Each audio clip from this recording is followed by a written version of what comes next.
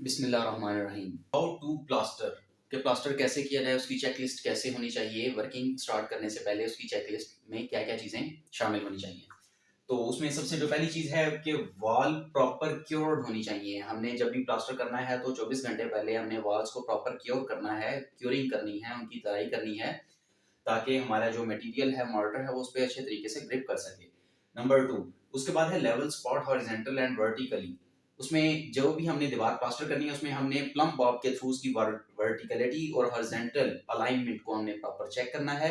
और उसमें हमने जो लेवल स्पॉट लगाने हैं उनकी थिकनेस, हमारी लेवल मार्टर जो हमारा प्लास्टर मार्टर होगा उसके हाफ इंच थिकनेस होनी चाहिए। मैक्सिमम हाफ इंच थिकनेस होनी चाहिए, ना उससे कम होनी चाहिए और ना ही उससे ज्यादा होनी चाहिए। Approximately half inch 13 mm thickness में वो हम लेवल स्पॉट प्रोवाइड करेंगे। उसके बाद नंबर 3 पे बारी आ जाती है floor surface should be clean.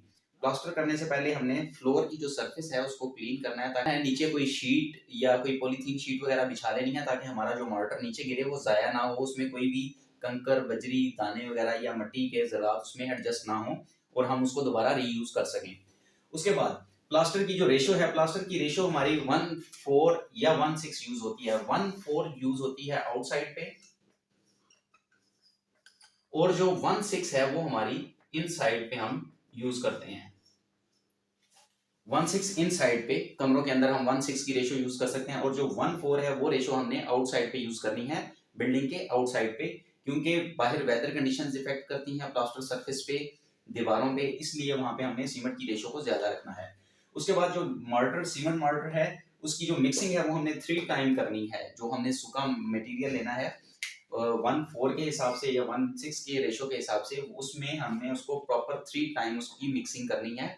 Mixing करने के बाद उसको स्टेन्ड लाजमी करना है, उसको जाली के जरिए, छानने के जरिए उसको छानना लाजमी है। उसके बाद wire mesh, chicken mesh fixed concrete plus brick joint जहाँ प्लास्टर करना है। फॉर एग्जांपल वहां पे एक लिंटल बीम आ गया है या डोर बीम आ गया है, तो वहां पे चिकन मैश का इस्तेमाल लाजमी करना है, क्योंकि ब्रिक और कंक्रीट ये प्लास्टर होने के बाद सरफेस पे हेयर क्रैक्स नमूदार नहीं होंगे।